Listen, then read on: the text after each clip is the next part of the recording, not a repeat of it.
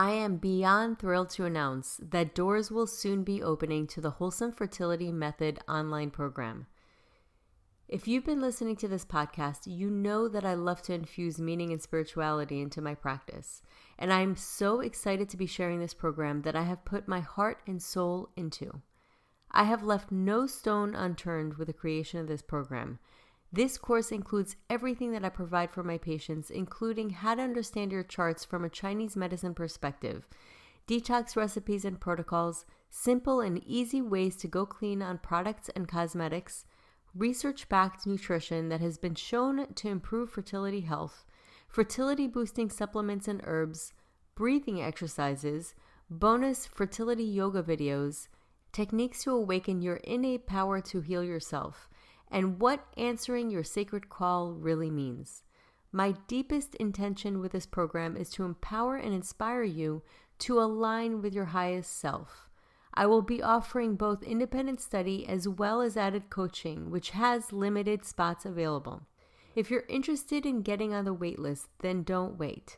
Visit www.thewholesomefertilitymethod.com now, as doors will only be open for a limited time. You will not want to miss it. Episode number 56 of the Wholesome Fertility Podcast. Welcome to the Wholesome Fertility Podcast.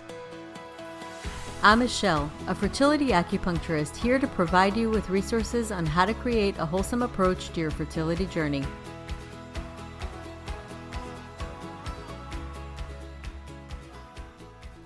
My guest today is Lisa Leger. Lisa is a fertility awareness educator who teaches the Justisse Method. She's a faculty member at the Justisse College International in the Holistic Reproductive Health Practitioner program, which is an online training program. She provides private counseling, public education, and professional training in holistic approaches to health and wellness. She works with naturopathic physicians and doctors of functional medicine, as well as community pharmacists, herbalists, midwives, and allied health professionals to foster a wider acceptance of natural medicine. Lisa is an active member of the Association of Fertility Awareness Professionals and the Society of Menstrual Cycle Research. She was past chair of her local chapter of Osteoporosis Canada and hosts community health fairs, forums, clinics, and classes to raise awareness about natural healthcare. So welcome to the podcast, Lisa.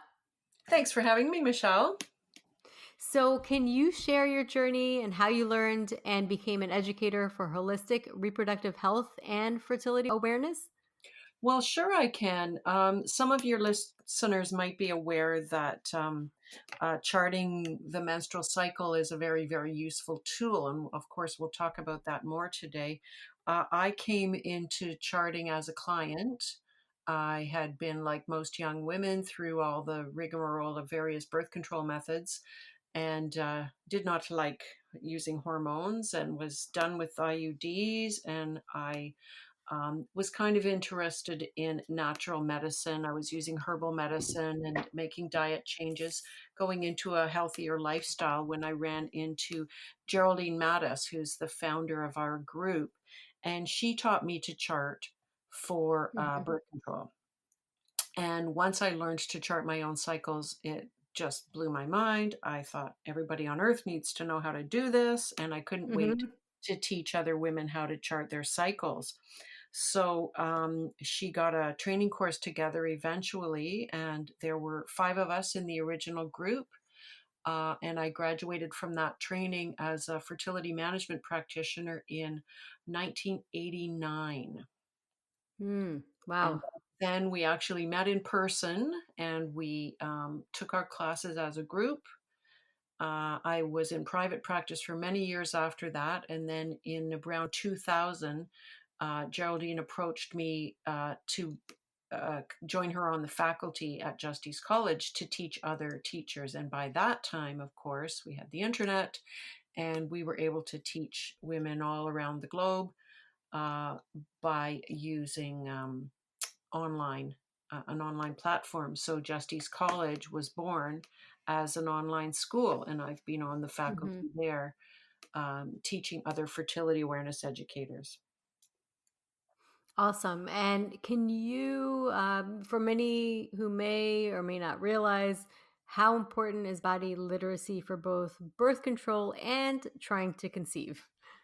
Yeah, so this is a really important concept in health education. So there's a lot of things to learn about health, and the sort of common public health messages you get is, you should eat healthy food, you shouldn't drink too much alcohol, you shouldn't smoke, you should wash your hands, and there's all these Mhm. various public health messages that we're given by various agencies. So your public health unit, your government, your medical people, your nurses, and so forth. There's a big sort of piece of that falls into this idea of literacy. So, Mhm. we can tell people what they should and shouldn't do till we're blue in the face, but if they don't understand how their actual body works, it kind of falls on deaf ears. So, people, depending on the amount of education or the literacy that they have, they may not understand how their digestive system works, Mhm. or why they have heartburn when they eat certain food, or Right. why it's important not to breathe in smoke because it'll harm your lungs, and so forth. So, anatomy and physiology is covered in some, high school biology, and that for some people might be really all they get. So, depending on how accurate or full or complete their reproductive health education has been. And I understand that, in various states or communities, sex ed can be sort of divisive and complicated.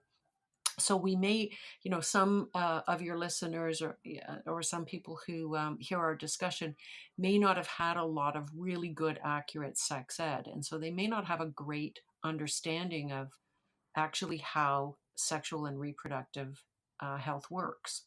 So that Mhm. level of literacy can be really varying among us all. Mhm. Body literacy specifically is talking about like how our bodies actually work. It's an important concept if you want to be healthy and have a long life, because you need to know how to drive this vehicle called Yeah. our bodies. And so, just as we need to learn what we should eat, how much water we should drink, what our optimal amount of sleep is, and so on and so forth, we need to learn how to manage our reproductive health as well. And so, we spend a lot of time with our clients explaining actually how the hormones affect the body changes that we see as, our menstrual cycle or our signs of ovulation. And that way, um, our clients can learn to sort of strive for the optimal health. And I understand that that's what you're trying to do with your clients too, is coach them toward a healthier diet and lifestyle so that they Mhm. have their optimal functioning of their body, especially their reproductive health. Yeah, absolutely. And I've had people talking about this, and I've had Lisa Hendrickson Jack on Yeah. talking about, the misconception that we can get pregnant anytime. And it is a common misconception people think until they try to get pregnant. Well, yeah. and then and then it changes everything. And they realize that it's really not as simple as they thought, Yeah. and just really understanding what our bodies are telling us and the signs that we see, and the cervical mucus, and really getting in there. One of the things I do want to mention about charting, I'm with you, and I love when my patients chart because it gives me insight to see what their body temperature does, especially, with the yin and the yang, how the luteal phase is doing. It really gives a lot of insight. And it's great when people are on board with charting. However, I do get patients that say that it stresses them out to chart, and that sometimes they even say that it messes up their cycle because they get too in their heads about it. Mhm. I'm sure you've had people say that to you too. What are your thoughts, and what do you think about that? Yeah, that's unfortunate. And I do know that some infertility doctors will also tell clients, oh, don't worry your pretty little head over that, and we'll just do blood tests or so forth, and you don't need to bother Mhm. charting. My argument is, consider your chart as you're collecting data. So don't read too Mhm. much into it. Just go ahead and chart for the sake of collecting that information, and it'll all make sense to us someday in the future. We just want to get something down on the calendar so that we can look at Right. it in the future. So think of the chart as data collection. You're a scientist and you're just recording the observations that you make.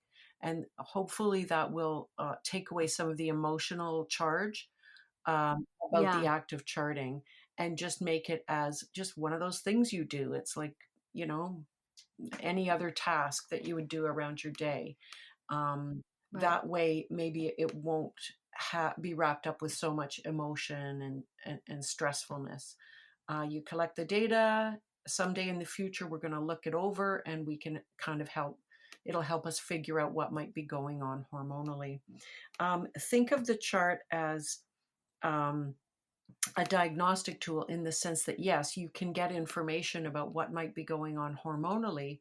But what I have found too is the act of charting itself is a little bit of a life discipline. So, one of my colleagues used the analogy of going to the mat in yoga.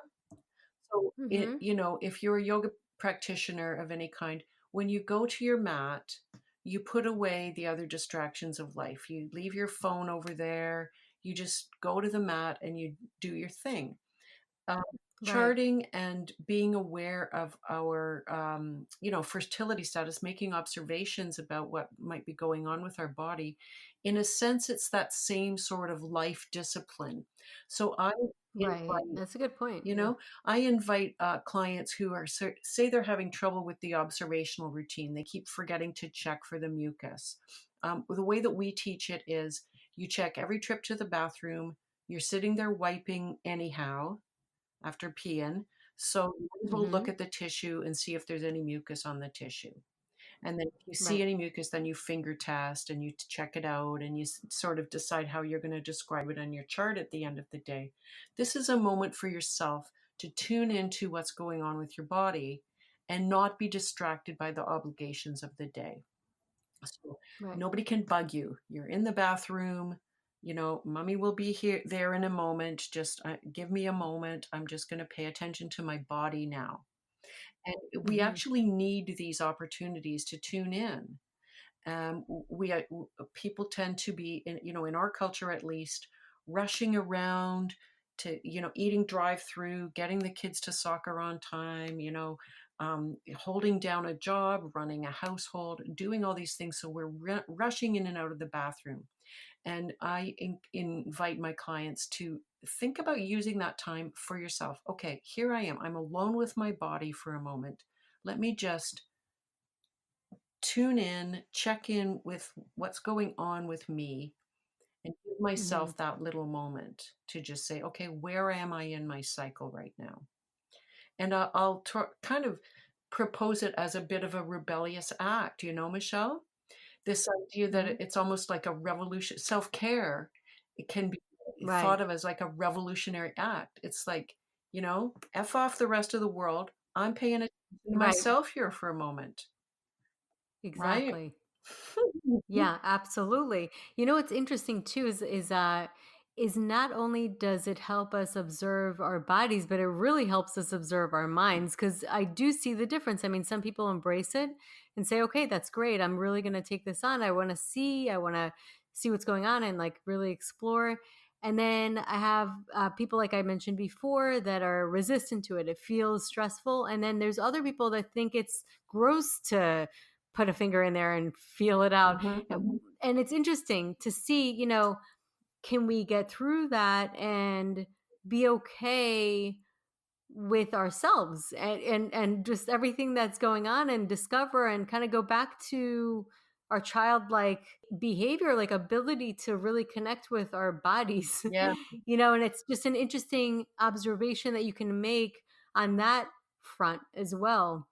actually, you're raising a really good point that brings me to um, a discussion of how we train our teachers.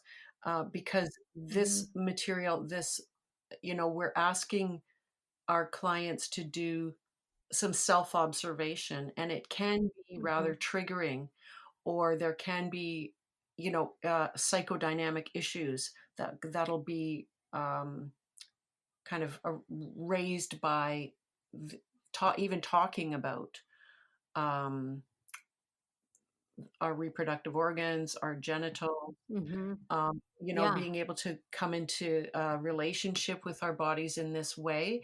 And so we find ourselves sometimes when counseling a client or patient that has to be discussed. So what is it about Hmm. touching yourself that you're uncomfortable with? What do you think that might be all about? And sometimes there can Hmm. be, let's face it, memories of past trauma that really, Hmm. need to be addressed. And so, us as practitioners, we need to recognize when it would be appropriate to refer someone on for some counseling or something like that, because those types of issues, they can be very stressful and upsetting, and that's a Yeah. whole other area that needs to be addressed by somebody who has the proper training, Right. to deal with that sort of stuff. And I'm sure that you have colleagues, maybe in psychotherapy or hypnotherapy, that can be really Hmm. helpful in that sort of situation. So most of my colleagues, we do have um, allied professionals in our communities that we can refer people on to. Yeah, that's a good point because it really takes a village. Yeah. There's so many different angles and aspects, and it also so many different walks of life, and everybody has a different experience and a different need. But it's definitely a very interesting thing because there's so many different levels that this can take people on. Hmm. Uh, And you don't you know, find that depending on the patient, like some of your patients will be more science nerdy types and they're really yes, into just, collecting the data and making notes and stuff. And right, others might be more kind of like intuitive types, and they kind of yes, dwell on what their impressions are, and things like that. So we need to really take people where they're at and yeah, get them on the path. So I've seen a lot of naturopathic physicians over my career, and I've seen a lot of family physicians and functional medicine type doctors, herbalists, doulas, you name it, all sorts of different allied practitioners. And they will have various styles. So some of them will be like, quit coffee and see me in 2 weeks kind of thing, right? And then others will hmm, be, well, if you could just reduce your coffee intake, and then I'll hmm, see you in 2 weeks and we'll talk about how you're doing with that. And so it really makes a difference. If you can take people where they're at and get them on the path, then they don't have to be doing it perfectly. And so hopefully, if your listeners are hearing me, um, sometimes you look at these gorgeous evolved yoga bunny types and you think, oh, I could never be as much of a purist as she is. You don't have to be. That's what I'm here to tell you. right, You just have to right, be your own version. And as long as you're trying each day to improve your diet and improve your lifestyle, and give yourself that time to pay attention to your body, give yourself time to sleep properly, and so forth. You don't need to have a certain number of hours. You just need to be working toward that direction of, right. a healthy diet and lifestyle, however that looks for you. Um, Yeah, and I found people are much more successful when they just kind of say, well, I'm on the path, but every now and then a martini comes my way or whatever. And then I'm not quite exactly. I agree. It's all sure. about balance. Yeah. So there's some of my colleagues will talk about the 80-20 rule or the 90-10 rule or Right, right. whatever it is That's that works for you. that's the realistic rule, right? Mhm. And so, we can all do better with our diet and Mhm. lifestyle, but we need Right, to really just go easy on ourselves, because especially those who are, planning a pregnancy or trying to achieve a pregnancy, and they're finding themselves running into problems, they can be very hard on themselves. And it is a stressful situation to be in. And so we Yeah. will analyze every bite of food, and we'll, guilt trip ourselves and so forth. And we really need to get away from that and Hmm. be self-nurturing. So Yeah. like body literacy and charting and self-observation, these really need to be sort of compassionate acts toward the self as well, so that we can see our chart as a tool, and we can see our fertility as a friend and not a Right. problem. Yeah. So hopefully, by having these podcasts and having, guests like me and Lisa HJ on, we can kind of get that message across that we really want to invite you to make friends with your body, like, see your reproductive cycles as an ally. Even if they aren't perfect like the ones in the textbook, they can still give you a lot of information, and it's still little roller coaster ride you're on, and you can observe that process and learn from that. Yes, I almost like it's funny because I have the phrase in my mind that kind of came to my mind just today, but it's like reproductive health mindfulness. Exactly. It's a form of mindfulness, like the yoga mat or anything else that, the act of charting itself is a form of checking in with your body Hmm. and saying, what did I see today? What am I going to write on my chart? What does this mean about my fertility status today? Should I Hmm. be considering myself fertile today or not fertile today? Right. What does this mean could be going on hormonally in my cycle? Has that stuff I ate or drank on the weekend had any effect on what I'm observing now? Right. What will I do Yeah. differently next time? Right? And so these are all the sorts of questions that allow us to tune in.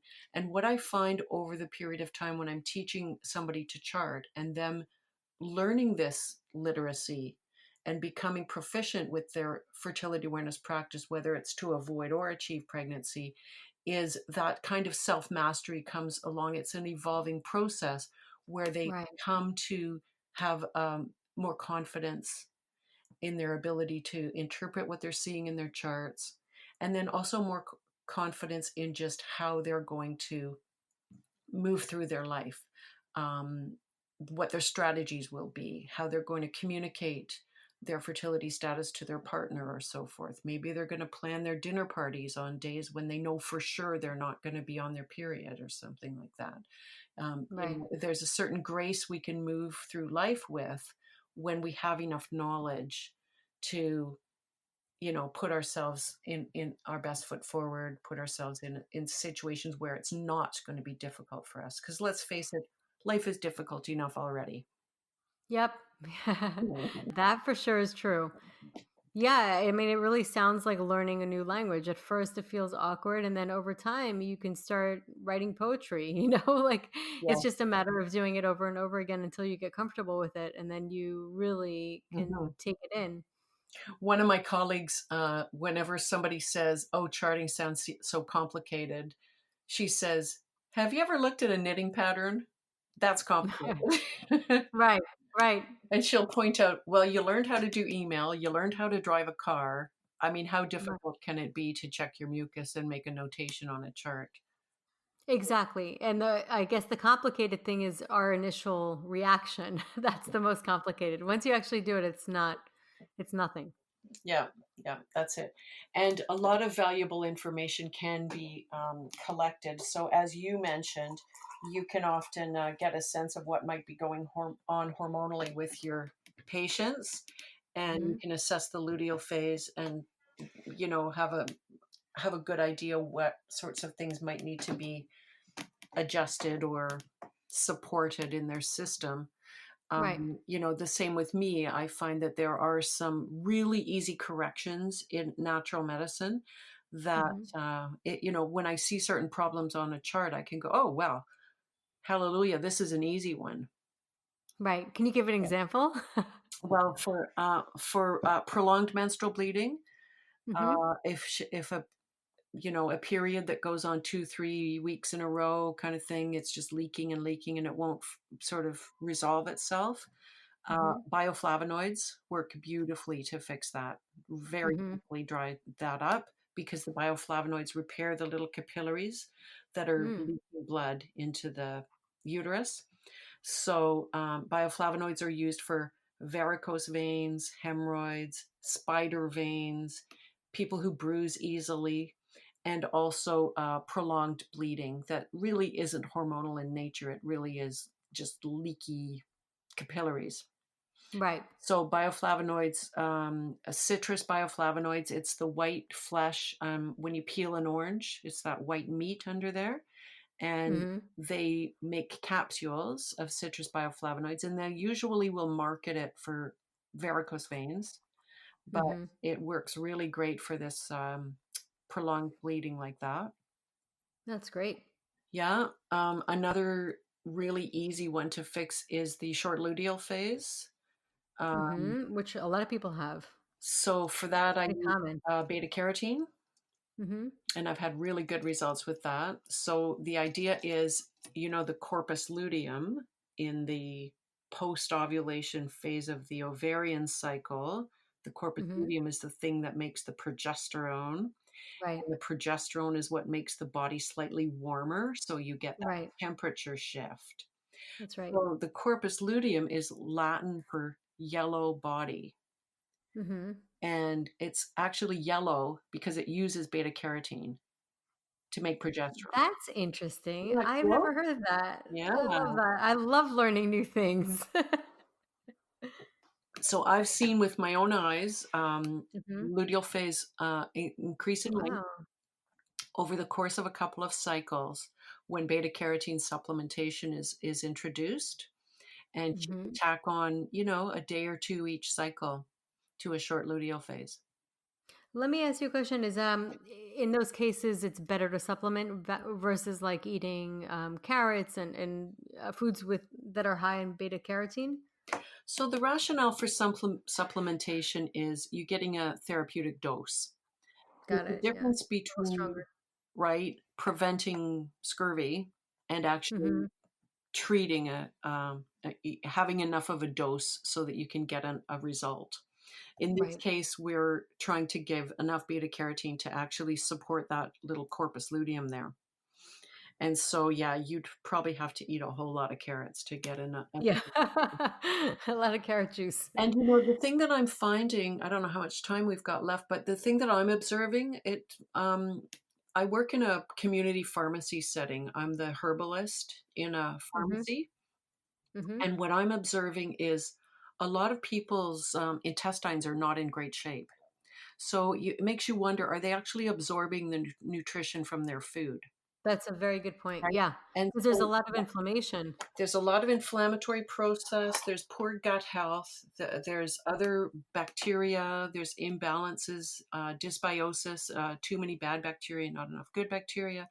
Mhm. There's damage or small micro lesions in the gut from ibuprofen use or nonsteroidal Right. anti-inflammatory drug use, and so on and so forth. So there's a lot of reasons why um, we shouldn't assume that people are getting nutrition from their food. Right. If the gut is undermined, you can be eating all kinds of lovely organic veggies, but maybe not absorbing all the nutrition from those foods.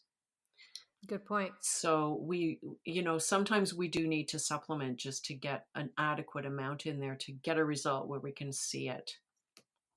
Right, and then there's also certain sublingual supplements that help with people with compromised Mm, digestive system, yep. so Yeah, it helps well, to get that's it in why there. some naturopaths will do IV. They'll do Right. IV magnesium or vitamin C or things like that, just to really get some nutrition into people that are having trouble with absorption. Yeah, definitely. Mm, It's such a crazy intricate system with our bodies. yeah. There's so many different Well, this is different why pieces.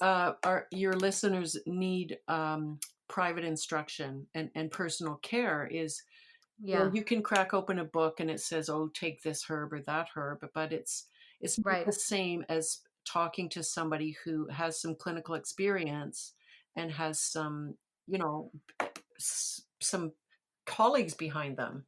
Like I've got a Right. whole college behind me. I can call, you know, Geraldine's got decades of working with functional medicine doctors. I can call her up and say, "Hey, I've got this client with a thyroid disorder. You know, what can I recommend her?" Right. That's priceless. Yeah. Right? And I mean, so, you always need it. oh yeah. It So it's great. that's the beauty of seeing someone for personal care, is that you will get not just their opinion. They're not just sitting in their garage making this stuff up. There's actually a whole body of literature on functional medicine and holistic Right. approaches, nutrition, and so forth. So we've got a really great tradition behind us.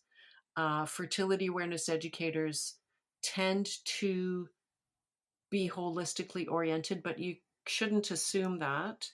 Some of the Mhm. people who've been trained to teach charting may or may not have much kind of health background to speak of. Mhm. Justisse teachers, we spend a lot of time on diet and lifestyle factors, and we do teach our grads to use herbal medicine and that sort of thing.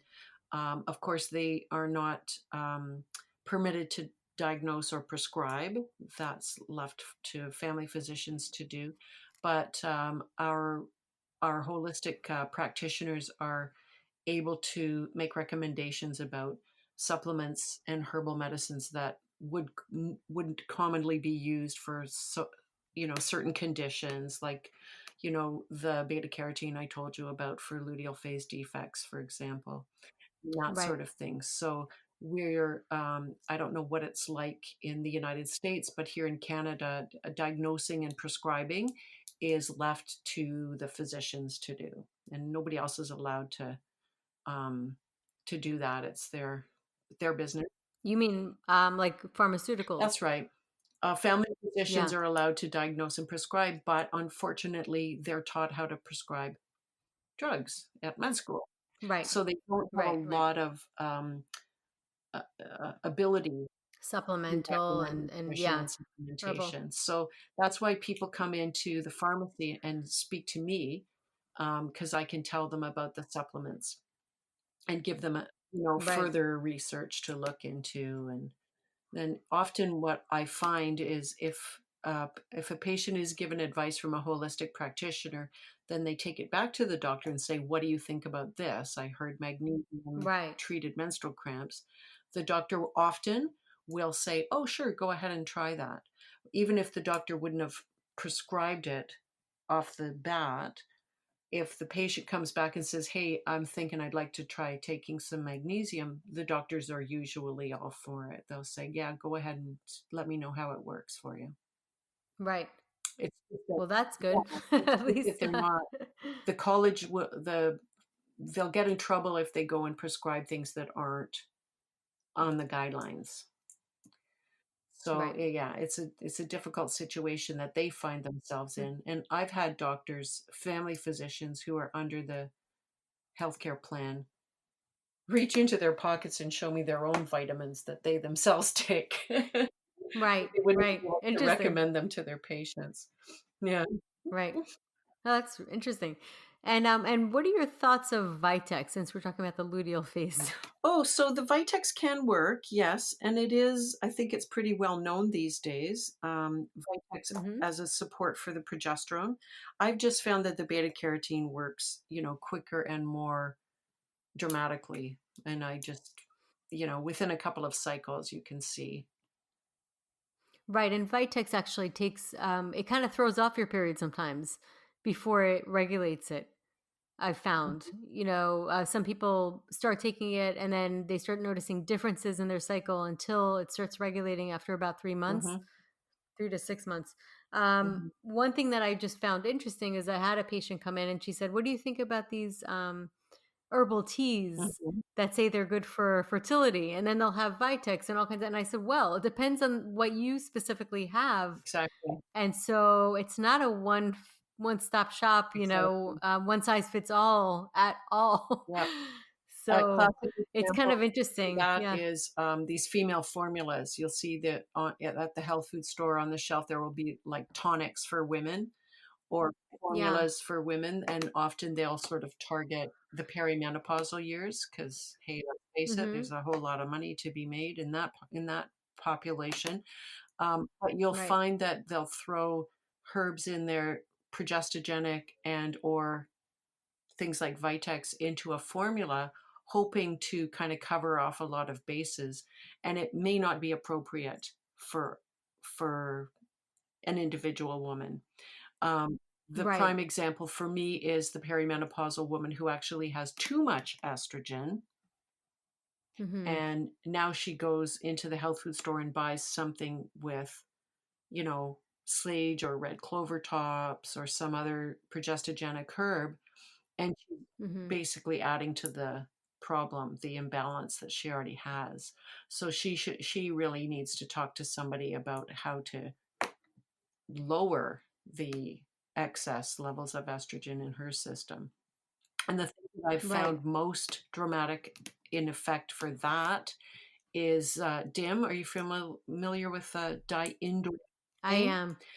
That Yes. stuff is excellent. If you get an excess estrogen picture where there's clearly an imbalance between the estrogen levels and the progesterone, this is sort of your classic PMS that most people are familiar with, where um, she'll have moodiness or irritability, or she'll have, cravings or inflammatory process. Mm-hmm. Not so much the swelling and wateriness, but the other sort of PMS symptoms that are more classic. That can often be a situation of the incorrect ratio between the estrogen and the progesterone. Another condition that I use DIM for is fibroids.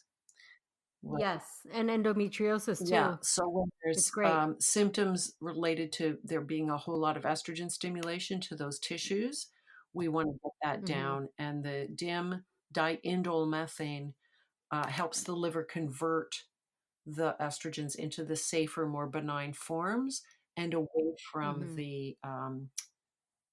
the more aggressive and problematic forms of estrogen. Yes. So I, And just for the listeners to understand, it comes from broccoli or cruciferous vegetables, yeah, and it's like a concentrated form, therapeutic form. exactly.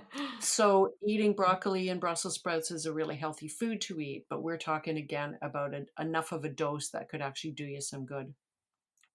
Right, right. Remember when there was a lot of news about flax seeds being lowering the risk of breast cancer, and we should all grind up our flax seeds and add them to our smoothies. That's because of the Hmm. dietary indoles in the flax seeds. So it's these indoles, these compounds that are found in these certain foods that play this role of helping the liver convert these estrogens into the safer forms. Right, which is interesting because I had a guest, but the recording got messed up, so I'm gonna have to talk to her again. But she had mentioned that flaxseed has a lot of estrogen and you should be careful with that for certain conditions. And I was always told the opposite. Like I was always told what you're Mm-hmm. saying is that it can actually help your body. Yes, this is an interesting example of health information kind of getting debated and going astray at times, because I Yes. think what we're going to find eventually is that these phytoestrogens will be vindicated, and that they're not going Hmm. to be as scary as we sometimes are led to believe currently. Um, is Right. really good evidence. Which I feel Yeah. like it goes to show that like women in Japan who have tons of soybeans and Mhm. edamame, and in Asia in general, they don't have a huge prevalence of breast Yep. cancer. Yep. So we may Mm. find that the soy and the phytoestrogens in plant foods are playing a protective role after all.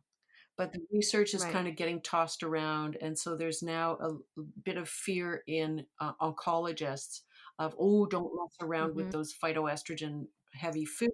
And also lavender and things like that. Yeah, so I think that'll all come out in the wash eventually. So I'm watching that research. But yeah, I feel the same way. Keep in mind, though, that the other factors in the Japanese diet, they eat way less meat. They eat their food from Mhm. scratch. They don't drive through. They don't eat processed, packaged, and so forth as much Right. as we do. The Japanese Yeah. are starting to eat a lot more sugar than they used to, but we're Mhm. looking at trends over populations, and in general, Japanese women have been drinking less alcohol than us North American women, and they've been eating Right. way more vegetables than us too. So there's a lot of factors at play. But I do think that the phytoestrogens will be kind of vindicated eventually once there's been enough research to make everybody kind of calm down about that. Right. I feel like yeah, we just don't know enough. We're learning. Mhm. Yeah. So again, this is why And we don't put all our hope in one or the other thing. We keep our options yeah, open. If you can at right. least reduce your alcohol intake and increase your vegetable intake, you don't have to do these things perfectly. You just have to be moving in Mhm. that right direction. Right. And you had mentioned about using, we were talking before when we were corresponding through email about the benefits of using apps such as Femtech to track your So cycle. the phone apps can be a little confusing and problematic. So I would main thing I'd like your listeners to hear is many of the phone apps are kind of a glorified rhythm method. They're just making a calculation based on past cycles to Mhm. guesstimate a window of fertility. What we're doing with Mhm. fertility awareness by asking you to chart your actual observations that you make of your very own Mhm. body symptoms is we're asking you to tune into what your body is actually doing rather than relying on a gadget to tell you what's going on based on an algorithm. So if Right. you're going to use a phone app, be sure that it's a phone app that lets you chart your mucus observations. Because otherwise, Right. you're going back to that same old rhythm method, which remember in high school, they told us rhythm method ain't no good for birth control, right? So, why would it Mhm. be any good for pregnancy planning? Right. What we want is to observe the actual symptoms that are occurring in that moment, in that day itself. Right. And so, if your app lets you chart your actual observations, then that's fine because that way you can use it to chart with. Some of the apps actually let you shut off the algorithm so that it won't even be there bugging you, telling you if it's a red light or green light or all that business. But all it's letting you do is Right. just record your own data. And that would be Right. preferable for me. So look for something that has that you're able to put the mucus and Yeah, observations daily, and not necessarily ones that try to predict it ahead of time to exactly. let you know like when you're supposed to ovulate. Rather have you be the observer. Like, and I found that most of these apps nowadays are starting to go towards that. Some of them do predict. I agree, and I think that that's a really good point to kind of keep in mind because it can trick you depending on your Yeah. month. But most of them are starting to do to have options where you can chart your mucus and Mhm. how much you're bleeding and that kind of Yeah. thing. And then you've got some data collected. So if you don't want to write on paper, at least you can collect the data with your phone app. Justisse has a charting app. It is not great on the phone. It's more of a web platform. And what makes Hmm. our charting app unique is we don't have any kind of predictor thing at all on there. But it Hmm. actually teaches you to chart because if you put in like the wrong notation or something, a little window will pop up and it'll tell you what the correction should be.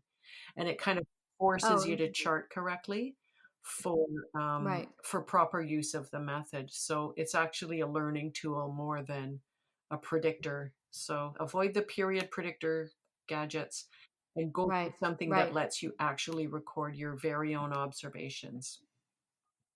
Right. Such a good point. Because it is so a lot of people might not realize. They think, oh, I'm charting my cycle. This is great. I should be ovulating this day. That's what it says. And it really does put a separation between our own observation and a computer. And some of your patients who are trying to achieve might waste a whole lot of ovulation test strips if they're checking on the wrong days. So it can cost you money Right. too if you're relying on a rhythm method to tell you when to start pulling out those LH test strips. Right. Exactly. So, if somebody is interested in doing the Justisse method, you mentioned that there's online courses that people can actually go and take courses. Like, what does that entail? Like, how does somebody find you guys, and what do they do if they're interested in learning this? Yeah, quite a few of our college grads have set up online teaching so that they can use a Zoom or Skype type platform and they can see people all around the world. When I was teaching the public, I actually saw them in person. This was even before the internet was invented. I used to actually sit down with people in the same room. Wow. But nowadays, a lot of grads I know. offer Technology. on these online type programs. So you would, if anybody is wanting to sit down with a holistic reproductive health practitioner who's been trained in the Justisse method, they would go to justisse.ca, and that's JUSTISSE, and CA is Canada. And then there's a listing of all of our HRHP grads, and you can just go down the list and pick somebody that you think you might like to work with. You can visit their websites and find out about them. You might find that there's Mhm. somebody in your town after all that you can meet with in Right. person, just like the old days. But online Mhm. learning is a really excellent thing to do because, like I say, you can chart on the charting app, or you can just chart on paper. Sometimes what a client will do is just take a picture of their chart with their phone and then just text it to their charting teacher, and then I can look at her chart and then have a conversation with her online. So it's really excellent opportunity to learn. I've been kind of lurking on a Facebook group of charters, and I got to tell you, I see a lot of confusion and misinformation being Mhm. exchanged back and forth. Um, if anyone is listening who is avoiding pregnancy, learning how to use these methods correctly is really important, and to get Mhm. all the proper strategies down. And really, again, it's that literacy part. So being able to assess the risk of pregnancy from one day to the next and decide on the behavior you're going to adopt accordingly.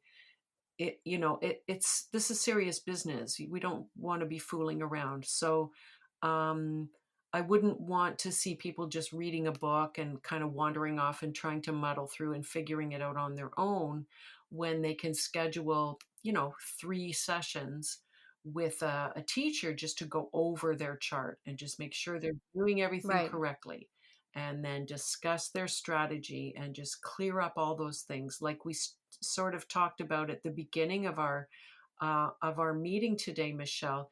Is that the whole act of charting and developing these skills, it can be a little bit psychogenic. It can be triggering. Things will come up Right. that need to be discussed, Yeah. and some of our clients, they need encouragement, they need advice, they need to kind Mhm. of get things through their head. So having a few sessions with somebody who's really trained on how to kind of walk you through this process, it's invaluable. And the thing is, once you Yeah. learn to chart correctly and interpret your charts, you have this knowledge for life, and you can do whatever you want with Yeah. it. So planning a pregnancy, going through the breastfeeding years without another pregnancy if not desired, using this method for birth control. I've been charting throughout my whole perimenopausal years, and seeing how my cycles are changing over these past 5 or 8 years, and I'm managing to kind of keep myself youthful, keep myself cycling by using some of the herbs that we talked about. And so I'm able to Hmm. assess my diet and lifestyle and my strategies as I'm going through this phase of my life. So once you learn to chart, you can use your chart for anything that you want to. It's just a really nice anchoring activity in one's life, no matter what your objectives are. Absolutely. And then I just wanted to ask one question. So you talk about common misconceptions or false information. Can you give us one really big one before we end? Okay, the idea, this is for the people charting for birth control, this idea that there's fertile mucus and not fertile mucus. This is Hmm. very confusing. Um, what's important to understand is that any mucus that you can finger test, that you can pick up off the tissue and look at between your fingers, should consider that to be a fertile day. Right. So people get hung up on this idea that it should be these great dramatic gobs of egg white looking mucus. And Right. I need to point out that even just the cloudy, sort of hand lotion looking observation, that should be considered a fertile day as well. Right. Now, it might be ideal, super deluxe, primo for sperm survival, but it still should be considered a fertile day. And so Hmm. that could be a very, very serious error in somebody's understanding of how to strategize using a fertility awareness based method for avoiding pregnancy. Right. Or trying, And because sometimes people think that because it's not egg whites, they don't have the proper type of mucus, but they don't realize that they have both. yeah, and so those who are trying to achieve, you would want to use any fertile day. And yes, of course, the egg white might be the really excellent kind for sperm survival, but that doesn't mean that it's pointless to use a sticky, cloudy observation day. I find that people will run into these hitches where, oh, the husband's going away for the weekend or something, and here I am with only non-peak, and you might as well Right. try Right. using that day anyhow. It may Yeah. not be the best, but look at all the pregnancies that occur in not the most optimal of conditions. Um, people who women become pregnant when they have poor nutrition, when they're in, you know, dangerous, stressful situations, and so pregnancy can occur even when things are not in their optimal situation. But ideally, we want optimal health in all Right. things, don't we? We want Yeah. our digestion working properly. We want our respiratory system working properly. And yes, we want our reproductive systems working properly. It gets back to that vital sign idea that reproductive health is part of general health. Right. To see our cycles unfolding within the normal range doesn't mean they have to be perfect like in the textbooks, but to see that those cycles are unfolding in whatever way is normal for you, it is part of having a healthy body in general. And so we really do want to try and encourage that and foster that in our clients. Absolutely. This is such a great ending point. Mm. We are just cyclical, and this is part of our cycle, and we need to see what it's telling us. Hmm. So, all this information was great, and it was awesome to have you on. We usually end on where can people find you, but you had already mentioned Justisse Method. Now, where can people find you personally? Well, I live on Vancouver Island out on the coast No, of but BC. online on Justisse Method. Yeah. So I'm on the Justisse website with all of my colleagues and grads, and that is JUSTISSE.ca, justice.ca. Awesome. Thank you Mhm. so much for coming on. It was an absolute pleasure having you on. Some great information that I learned today. And I Ooh, appreciate that because I always love learning new things. You can never yeah. stop learning. Well, it was nice to hang out with you and visit Michelle too. Thanks a lot for inviting me on.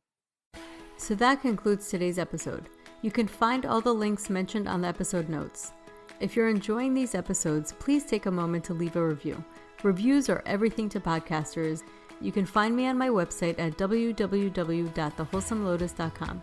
And please be on the lookout for my online course and program. This course has emerged from everything that I've been using for the fertility program I now offer at my office.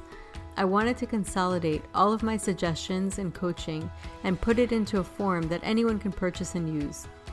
It was important for me to encompass key fertility health factors as well as guide you in implementing changes in your routine that are shown to boost fertility while being realistic and user-friendly. I will be offering this course with and without coaching. If you're interested and want updates as well as a free ebook on my top 10 fertility boosting habits, you can visit my fertility page on www.thewholesomelotus.com, where you can find the subscription form. I thank you so much for listening in and hope you have a beautiful day